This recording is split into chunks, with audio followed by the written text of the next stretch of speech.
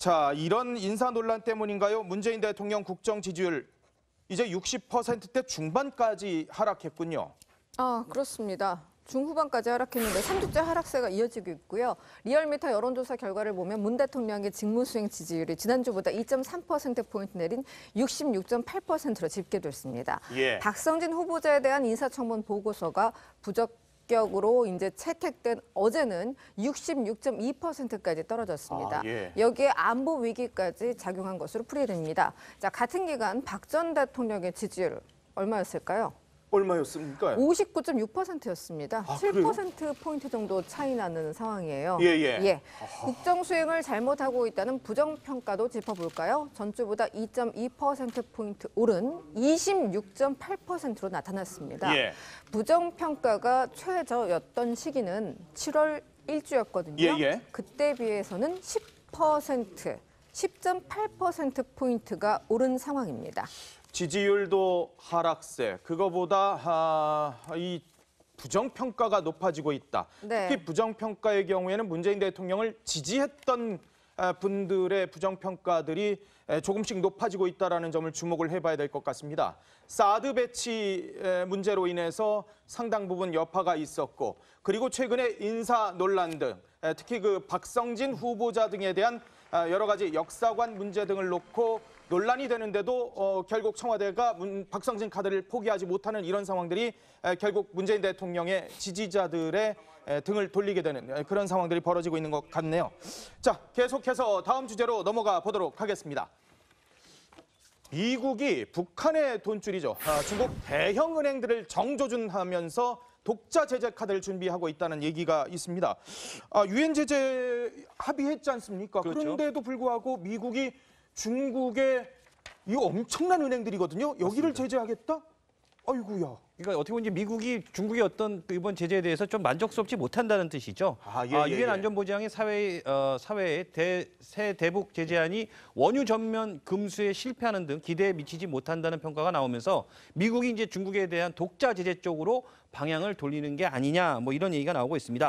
자, 미 의회가요, 중국의 조치가 미흡하면 중국 대형 은행 12곳을 제재하는 카드를 꺼내 들었습니다. 이들 은행 모두 대형 금융기관인 점에서 중국 내 금융 혼란이 일 것으로 보이는데요. 만약 미 의회의 이런 요구를 트럼프 행정부가 받아들여서 이제 현실화가 된다면 중국은 사실상 중국 기업과 금융기관을 겨냥한 세컨더리 보이콧의 서막으로 이해하고 대응할 것으로 예상이 되는데요. 중국은 그동안 미국의 그 세컨더리 보이콧이 그대로 당하지는 않겠다 이렇게 벌러왔기 때문에 미 국채 보유 1위국인 중국의 반격이 있을 것으로 보이기 때문에 어떻게 보면 이제 미국과 중국의 힘겨루기, 이것도 어떻게 보면 하나의 새로운 또 국면으로 접어든다 이렇게 볼 수 있겠습니다.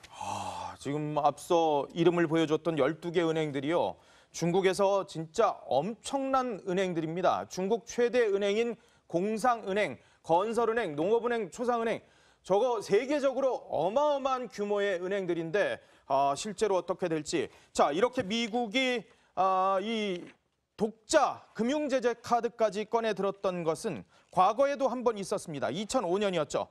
북한을 협상 테이블로 불러냈었던 망코델타 아시아 BDA식 제재를 다시 검토를 하고 있는 것 같은데 당시에 어떤 효과가 있었는지 직접 백대우 기자가 정리해봤습니다. 미국은 지난 2005년 9월 9.11 테러 이후 제정됐던 애국법 311조에 근거해서 북한의 돈줄을 묶었습니다. 명목은 $100짜리 위조 지폐 유통과 돈 세탁 혐의였습니다. 미국은 마카오 소재 방코델타 은행을 돈 세탁 금융기관으로 지정을 했고, 이를 토대로 제3국 기관의 BDA 거래 중단도 유도를 했습니다. 직접적으로는 북한 정권과 관련이 있는 것으로 추정되는 52개의 계좌 속에 $2,500만 20개월간 동결했습니다. 돈줄을 묶었던 겁니다. 당시 세계 각국 금융기관이 동참하자 중국마저도 외면할 수 없었던 상황이었습니다. Our analysis of the accounts so that they can make a fully informed decision as to the final disposition of the funds. 실제로 제재 한 달 만에 북한이 먼저 미국으로 연락했을 정도로 치명상을 입혔다, 이런 평가들이 나왔습니다. 현 주한 미국 대사 내정자인 빅터 차 조지타운대 교수에 따르면요, 북한이 먼저 연락을 한 게 이때가 처음이었다고 합니다. 북한이 계획 경제 체제를 유지하기 때문에 예상보다 더욱 효과가 컸다는 건데요. 당시 북한의 김계관 육자회담 수석대표는 금융은 피와 같다. 금융이 멎으면 심장이 멎는다. 그러면서 피가 얼어붙는 조치였다고 이야기를 했습니다.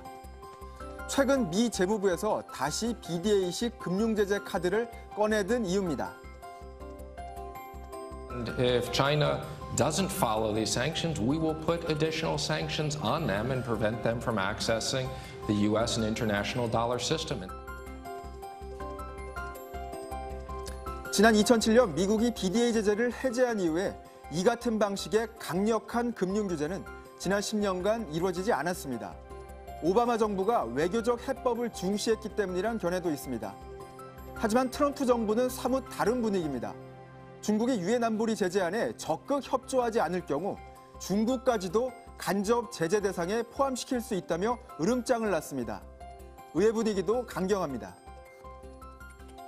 But we must target major Chinese banks doing business with North Korea, such as China Merchants Bank, and even big state-owned banks like the Agricultural Bank of China.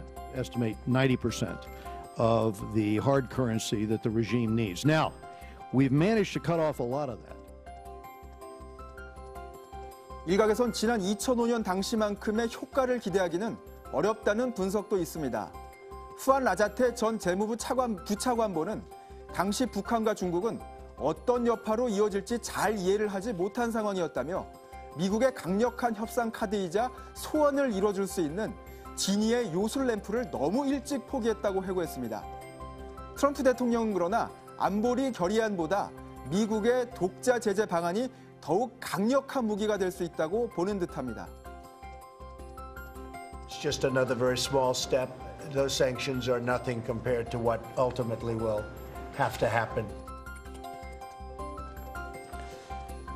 네, 정치부 백대우 기자의 브리핑이었습니다. 자, 이런 BDA식 제재, 금융제재 과연 통할까요? 북한이 이미 내성을 가지고 있다 이런 얘기도 있어요. 자, 지금 상황 정리하면 미 의회가 지금 미국 행정부에 우리나라로 치면 한국은행, 신한은행 이런 큰 은행에 중국의 메이저급 은행과 북한이 거래하지 말라라고 아주 그 강도 높은 제재를 요구를 하고 있는 상황이에요. 문앵커가 앞서 분석한 대로 중국 입장에서는 요거는 세컨더리 보이콧에 따르라는 굉장한 압박으로 느껴질 수 있습니다. 네. 자존심이 센 북한의 고위직들, 그중에서도 김계관 부상이 12년 전에 이런 얘기했어요. 피가 얼어붙는 느낌이라고 했는데 그렇게 아팠으니까 준비를 12년 동안 얼마나 많이 했겠습니까? 그래서 외화벌이를 총괄하는 노동당 39호실 고위 관리들이 망명 후에 한 증언을 보면 이렇습니다.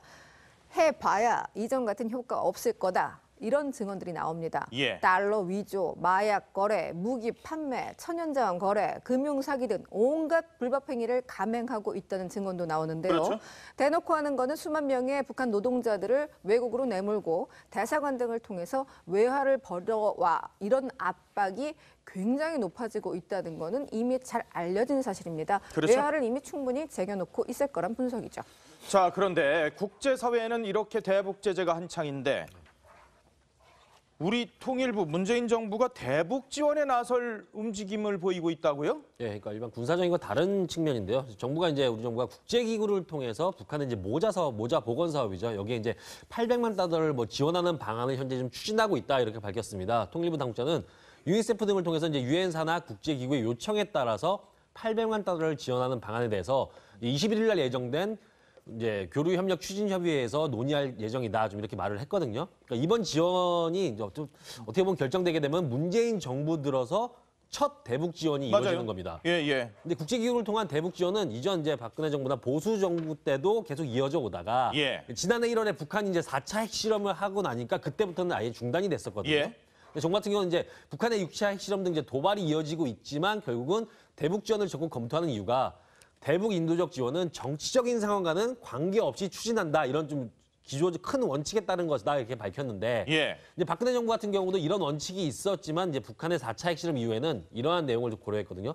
지원 규모와 시기 등은 종합적으로 고려해 검토해 나간다. 이런 단서를 달아서 이제 4차 핵실험 이후부터는 지원을 하지 않았었습니다. 규모와 시기는 종합적으로 고려해서 자, 뭐 인도적 지원이라고는 합니다만 지금 여론은 사실 술렁이고 있습니다. 새로운 대북 제재 결의가 이뤄진 지 사실 며칠도 지나지 않았거든요. 그리고 미국은 조금 전에 전해드린 것처럼 중국 대형은행들에 대해서 직접 제재 카드까지 꺼내들었는데 왜 이 시점에 이렇게 북한을 지원하는 건지 정말 의아할 수밖에 없다라는 얘기들이 나옵니다. 문재인 정부와 여당이 각종 문제가 일 때마다 국민의 뜻과 민심을 얘기하면서 자신들의 뜻을 관철시켰었는데요. 지난 8월에 한국갤럽이 1,004명을 상대로 한 여론조사를 좀 보겠습니다. 북한이 핵을 포기하지 않으면 모든 대북 지원을 중단해야 한다는 응답이 바로 57%였습니다. 95% 신뢰 수준의 표본오차 플러스 마이너스 3.1%포인트라는 점에서 과반이 넘는 국민이 대북 지원을 반대한다라는 겁니다. 이 점을 좀 염두에 두셔야 될 것 같은데, 자, 그런데 문재인 대통령 특보죠. 문정인 연세대 특임 교수, 핵무장 또 반대를 하면서 어떤 얘기를 한 겁니까? 네, 그 청와대 통일외교안보 특보이자 연세대 명예교수인 문정인 교수가 오늘 오전에 국회에서 강연을 했는데요. 대화와 협상을 통한 평화적 해결이 최선의 대안이다. 이런 입장을 되풀이를 했습니다. 핵무기 개발을 강행하면 국제 제재로 한국 경제가 초토화되고 한미동맹이 해체될 가능성이 크다. 일본의 핵무장을 촉발하고 중국과 러시아의 핵 위협에 직면할 수 있다. 이렇게 주장을 했습니다. 전술핵 배치와 관련해서는 유지 비용이 많이 들고 북한의 1차적 타격 대상이 되는 동시에 탈취 우려도 크다. 이렇게 주장을 했습니다. 전술핵 배치하면 이게 뺏길 가능성이 있다고요? 네, 그렇습니다. 북한의 핵동결의 대가로 한미 군사 훈련의 축소를 검토하는 방안도 제시를 했는데요. 이는 중국이 주장하는 이른바 쌍중단과 같은 맥락으로 풀이되는데요. 북핵 문제의 평화적 해결, 이를 원치 않는 사람은 아무도 없을 겁니다. 하지만 지금은 북한이 핵으로 대한민국과 전 세계를 위협하는 상황입니다. 북핵 억지를 위해서 전술핵이라도 들여야 되는 거 아니냐라는 여론조사가 앞서 오맨커께서 말씀하신 것처럼 국민 과반 이상의 판단입니다. 전술핵 탈취 우려는 구더기가 무서워서 잘못 담근다는 견해 같고요. 북핵 전문가들은 한 목소리로 북핵 동결은 의미가 없다고 주장을 하고 있습니다. 이미 북한은 완성핵 단계라는 건데 동결이 무슨 의미가 있느냐는 지적들이 나오고 있는 상황에서 과연 적절한 해법인지에 대한 의문이 드는 그런 견해들이 많이 나오고 있습니다. 저는 그 정치권에서 좀 이것도 역시 또 국민들이 헷갈려할 수 있기 때문에 핵 무장론과 전술핵 재배치에 대해서 좀 명확하게 정확하게 좀 설명을 해줬으면 좋겠어요. 그렇죠. 그러니까 국민들이 봤을 때는 이게 뭐 핵을 갖자는 건지 이게 핵 무장을 하는 건지 전술핵 재배치 다 엄연히 다르거든요. 그러니까 그걸 좀 정확하게 좀 설명을 해줬으면 좋겠습니다. 그렇네요. 자, 우리 국민들 생각을 좀 살펴봐 주십시오. 핵무기 개발과 도입에 찬성하는 여론이 지금 더 높은 상황이죠. 맞습니다. 국민 가운데 절반 이상이 최근 정치권에서 제기되고 있는 독자적 핵무기 개발, 그리고 문해커가 방금 지적한 그 전술핵을 잠시 빌려오는 것, 전술핵을 배치하자는 주장 두 개 합쳐서 얼마나 너는 찬성하느냐라고 물어봤을 때 뭐 53.5%가 찬성을 하는 것으로 나타났어요. 그리고 반대는 35.1%예요. 그러니까 찬성하는 사람들이 19.4%나 더 높은 거죠. 그러네요. 19.4%포인트가요. 북한 6차 실험 이후 안보 위기감, 대응 무력감 확산, 그리고 미국과 국내 정치권 일부의 전술핵 무기 배치 주장 지속되고 있는 데 따른 것으로 보입니다. 그렇군요. 자, 우리 공군도 최신형 공대지 미사일 타우러스라는 것을 실사격 훈련을 했습니다. 성공적으로 마쳤다 그러는데 화면을 좀 보도록 하겠습니다. 자, 저게 바로 타우러스입니다. 작년 말에 도입된 최신형 공대지 미사일인데, 자, 지금 보이십니까? 저런 사각형의 틀을 그대로 뚫고 내려가는 모습이 보여지고 있습니다. 한 발당 저게 가격이 20억 원인데 진짜 20억 원짜리 타우러스를 쐈습니다. 두께 3m의 강화 콘크리트를 뚫고 바로 북한 지휘부의 벙커를 타격할 수 있는 겁니다. 김정은의 도피처, 지하 벙커도 뚫을 수 있을 정도의 어마어마한 위력, 한 발에 20억 원짜리를 저희가 훈련을 한 게 아니라 실사격 훈련을 한 겁니다. 지금 뭐 상당합니다. 최대 속도가 시속 1163km에 달하는데 이런 상황들 킬체인의 핵심으로 꼽히는데 북한 전역을 또 타격할 수 있는 데다가 레이더에 포착이 안 된다 그럽니다. 상당히 효과적인 무기로 분류가 되고 있는데, 자, 여의도 브리핑은 여기까지고요. 계속해서 뉴스 감식반으로 이어지겠습니다.